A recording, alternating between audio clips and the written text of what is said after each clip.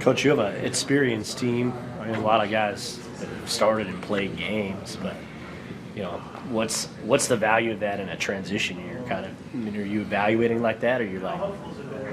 No, I'm relying on some of that experience. I think the biggest thing is to your point, when you come in that transition year, like there has to be some type of connectivity, or it's not gonna work. When I say not gonna work, like they won't get out of it what they want, and I won't get out of it what I want. So when I first came in, I wasn't really coaching. I was just trying to figure out personalities, trying to see how guys were, how they acted, what were their personalities, different things. And so now I've kind of started to pour into them a little bit. You kind of can start weeding out, what it is. But I think it is a good mix of guys. But the one thing that you need, and the one thing that, as I talk to the older guys and tell them, like, these younger guys, they don't really know. So the leadership part, that's what I'm trying to figure out, from the standpoint of who is our team, who is our leader. Like, you gotta have a leader. Like, somebody gotta be, giving out the same message. And, that's what I'm trying to figure out right now. I mean, I think I got a good group of guys. I got a good group of guys. You would want them as your own son, but I want them to get a little mean streak to them as well. Let me follow up on that. I mean, there's a lot of Atlanta guys, too. Like, I mean, not just Miles Lance. You got Wasey came in. I mean, a bunch of – is that something looking forward that you feel like can be an identity for this program, like students that are proud to represent Atlanta too? Yeah, well, I'm definitely looking to tap into Atlanta and just Georgia in general.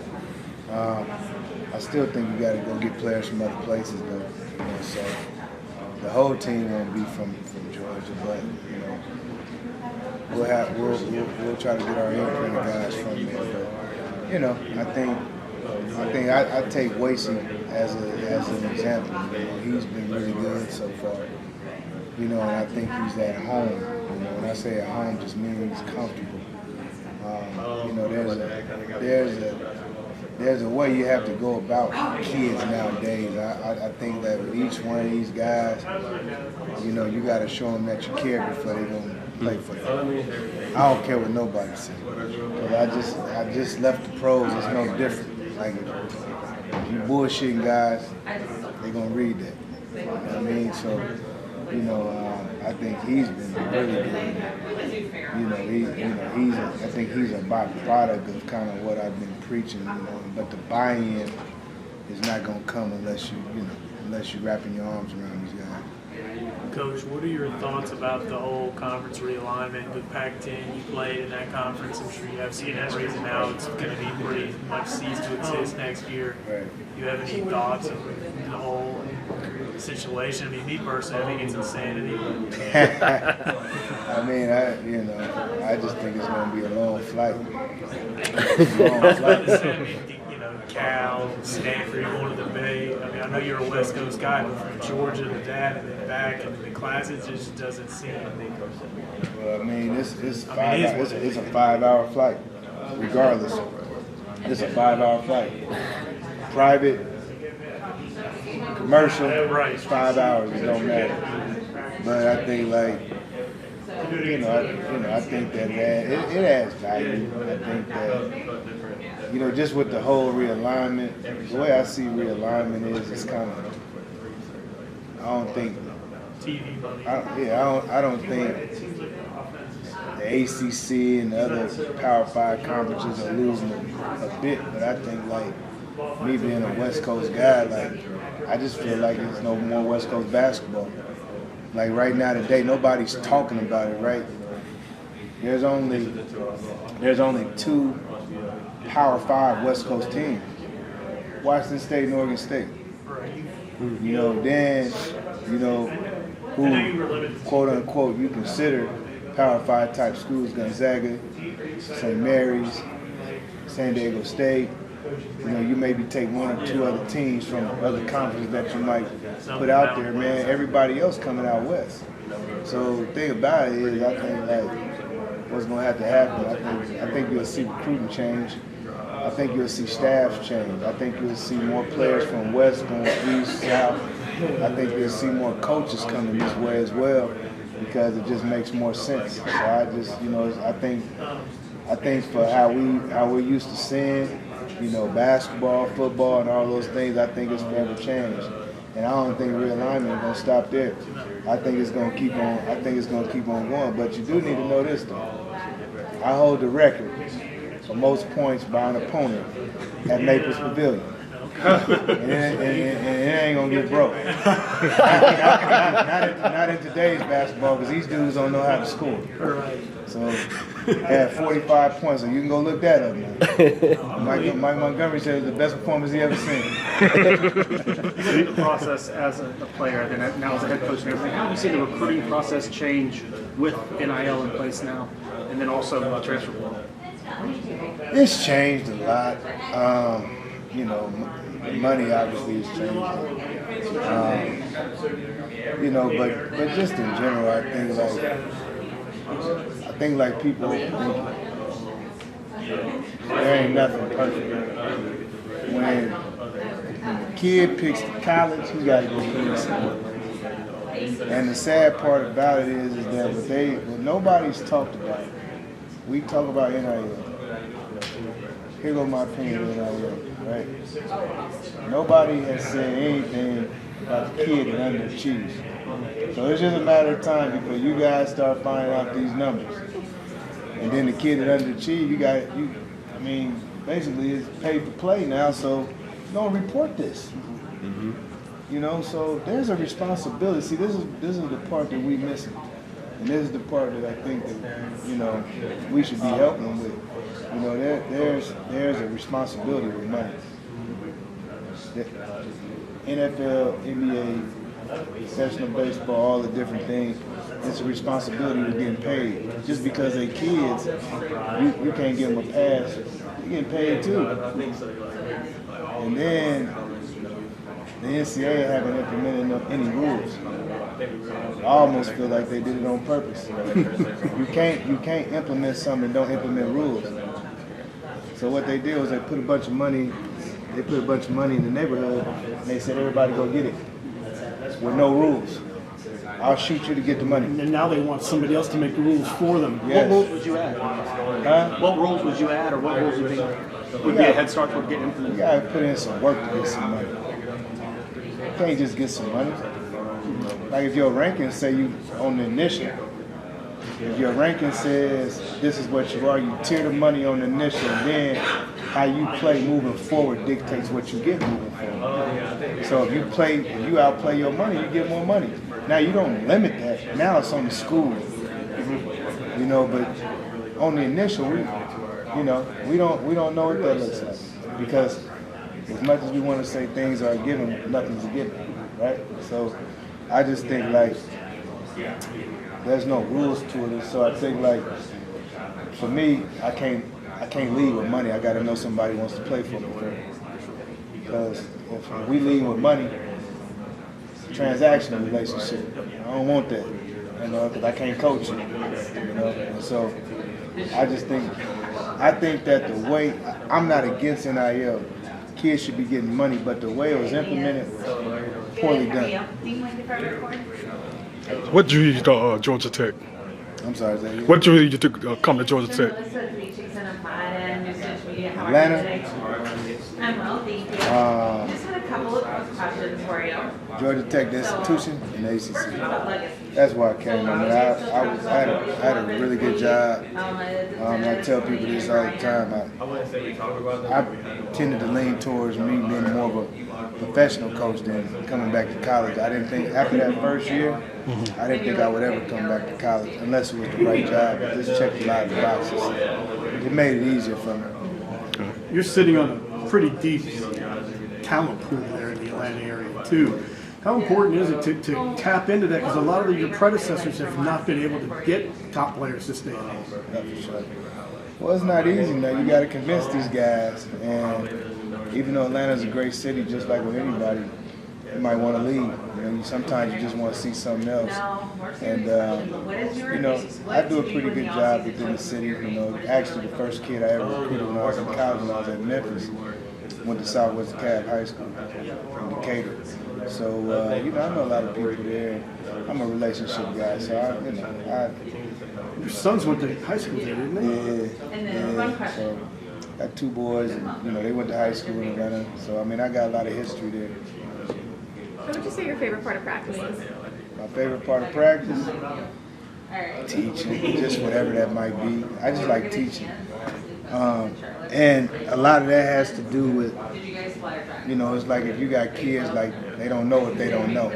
So I try to, like, you know, whatever it is I'm breaking down, whether it's offense or defense, I just like the teaching aspect of it, because these guys really don't know. And for me, that's the most important thing, attention to detail. Like the least favorite part? The least favorite, when I gotta yell at somebody to do something that they should do anyway. You know what I mean? Like, I'm not gonna lie, like you shouldn't have to cuss at somebody for them to do the right thing. If that's the case. I'm not saying I cuss, but I'm just saying you shouldn't have to cuss at them to do the right thing.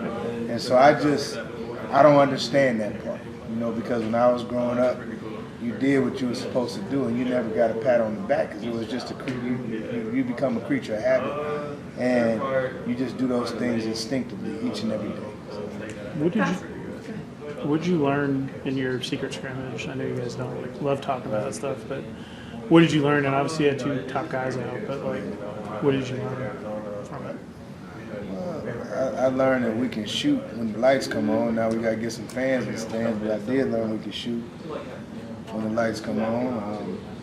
We didn't turn the ball over, and we need work defensively. So fast forward a couple months, you're about midway through the season. Do you have a message for yourself and for the team as if you're looking into it now? That's a good question.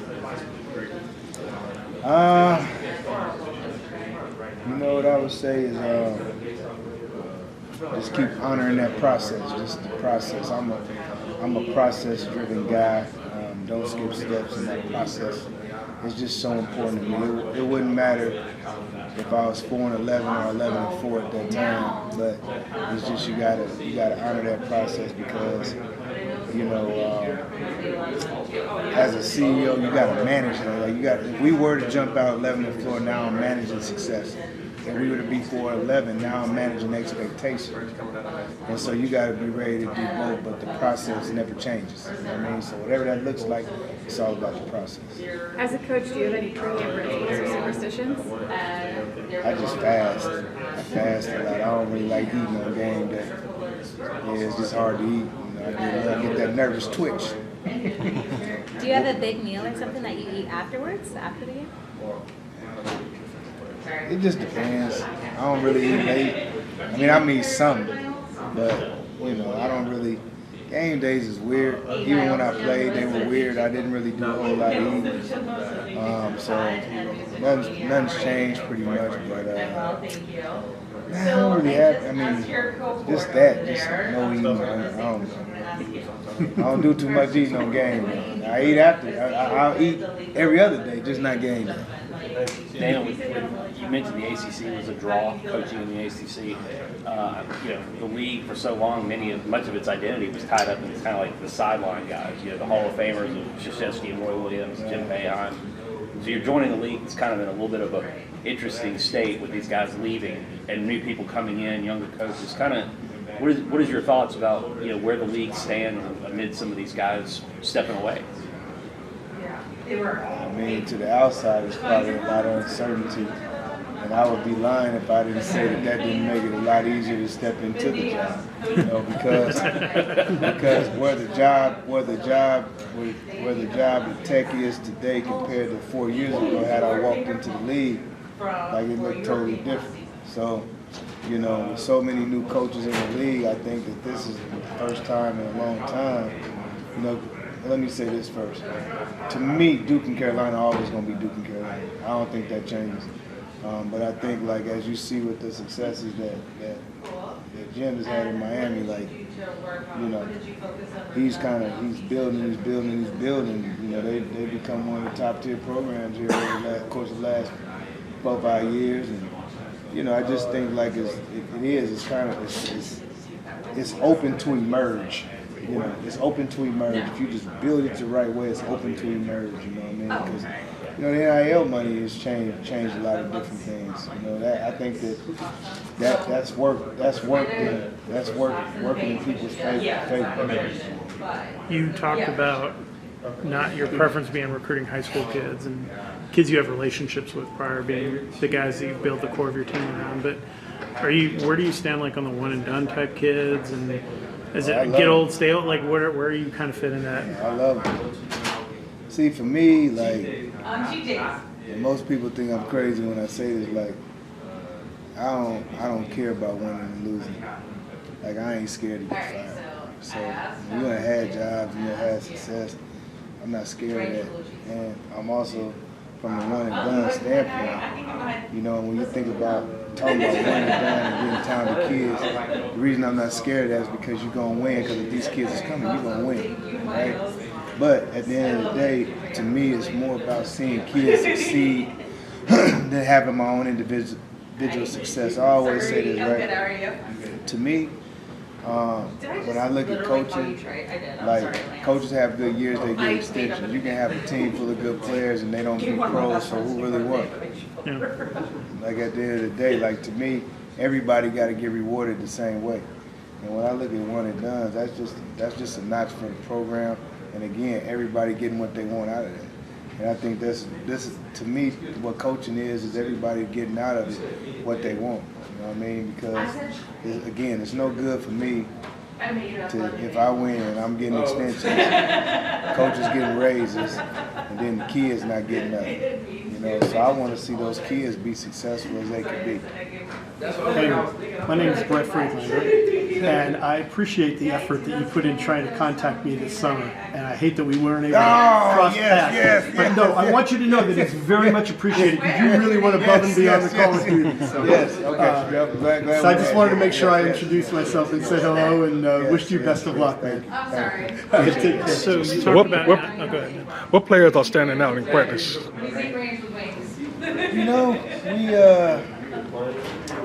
We got a couple guys that are standing out. I would say, Miles Kelly and Debo Coleman. What I would say is, for me, I would say this probably more than who's standing out. I would say Debo has been the guy that's probably been asked to change. Like, because I'm asking him to maybe do something different than what he's not used to. But what I applaud him on is that he's actually done it. And to me, he's playing really well. He's done exactly what I told everybody to do from jump. Hey, man, just make it hard on me.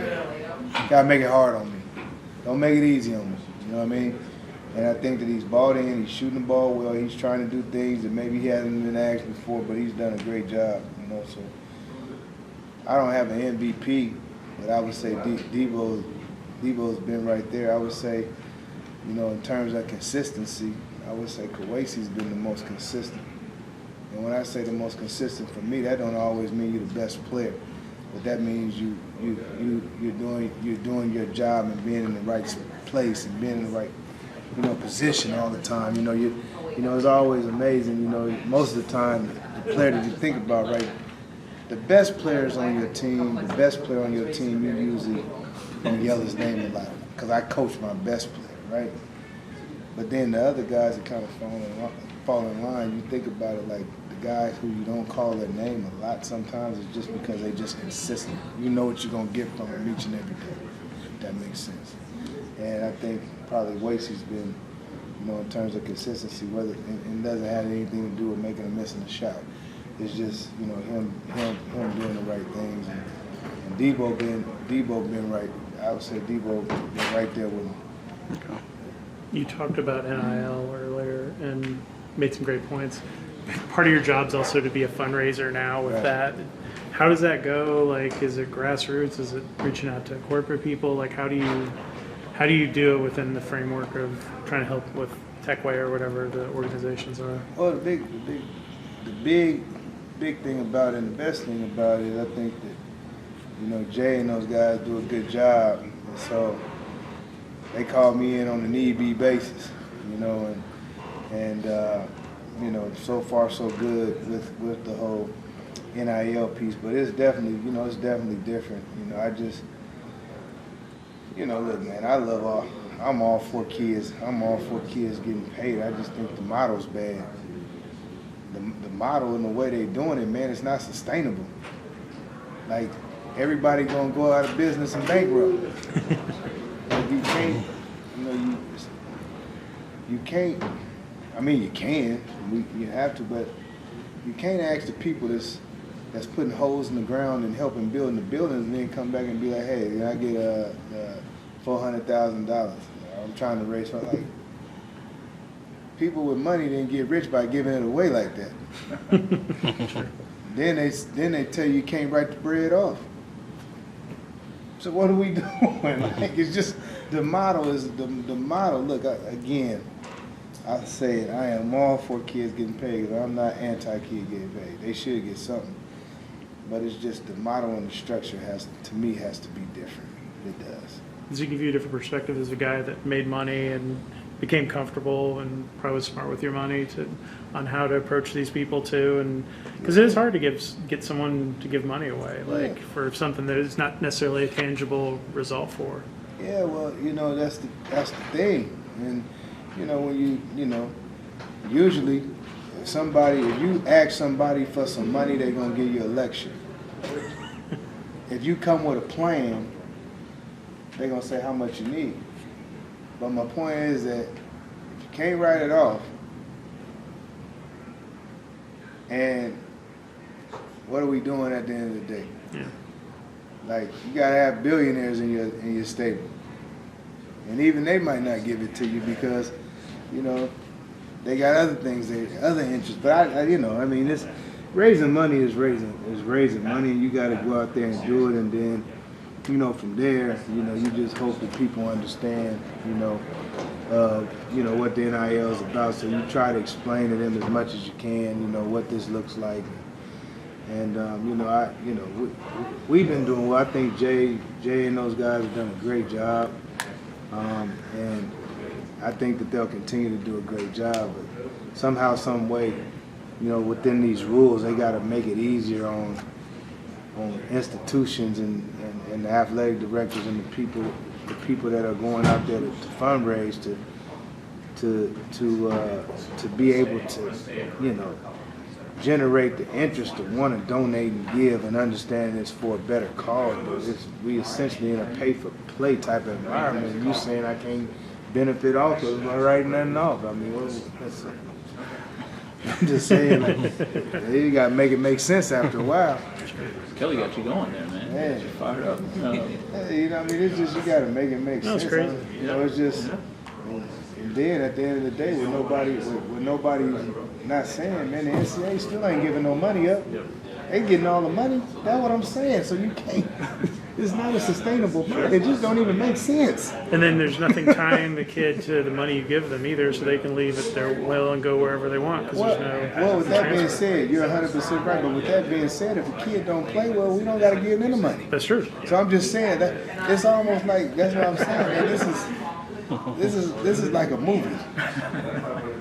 So, Coach, with your experience, I'm sorry, Jen Lois, 3 Chicks in a Pod and Stitch Media, how are you? Great season with the Celtics last year. I wrote this Celtics on one of my other podcasts, so great season.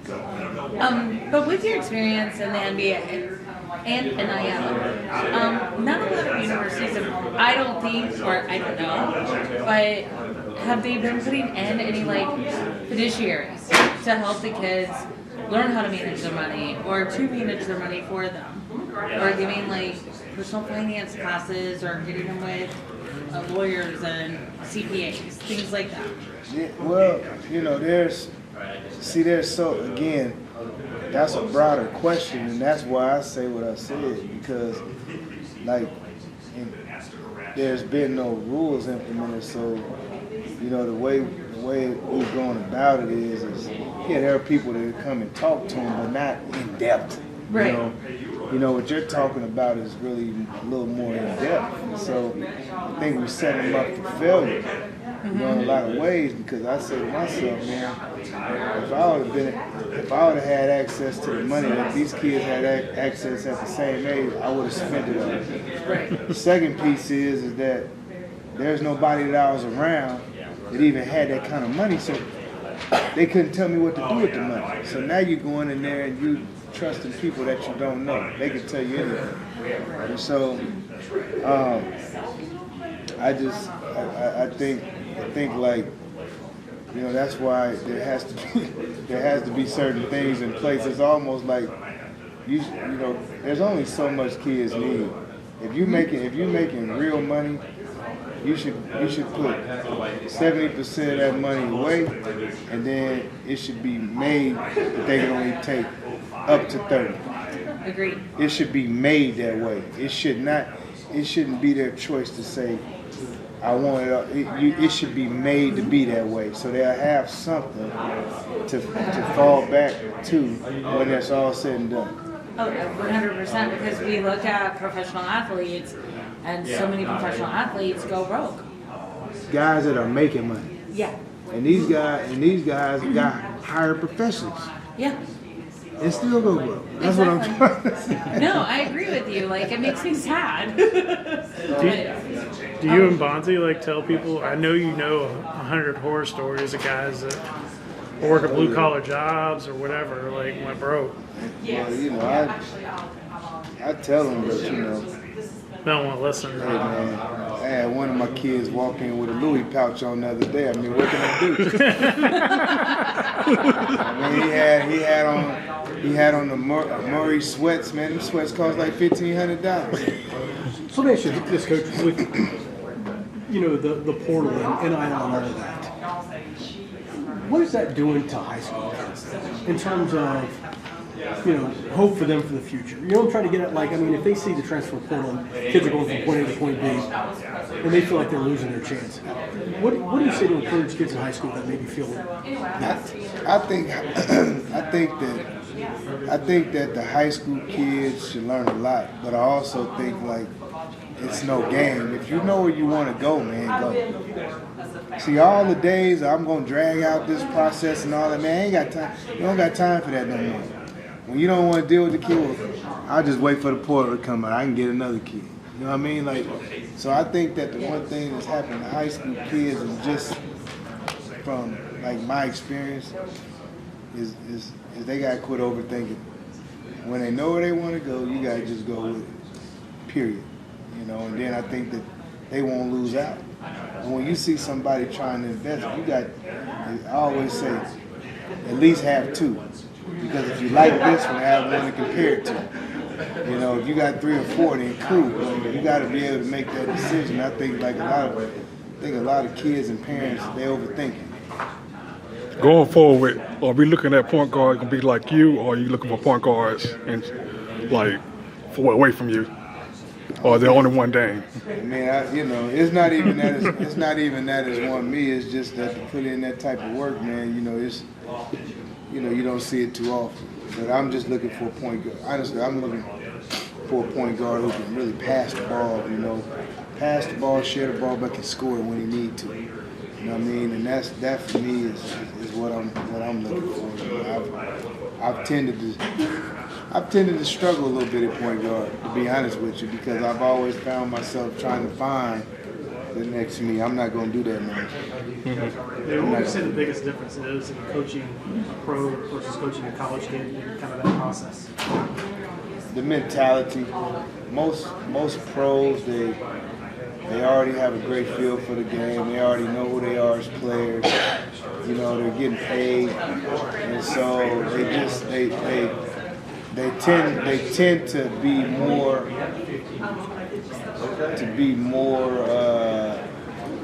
willing to get critiqued to get better, as opposed to have a guard up. You know, it's all about getting better. It's all about the process. So I think like that's the biggest thing. That was great. Hey, Coach.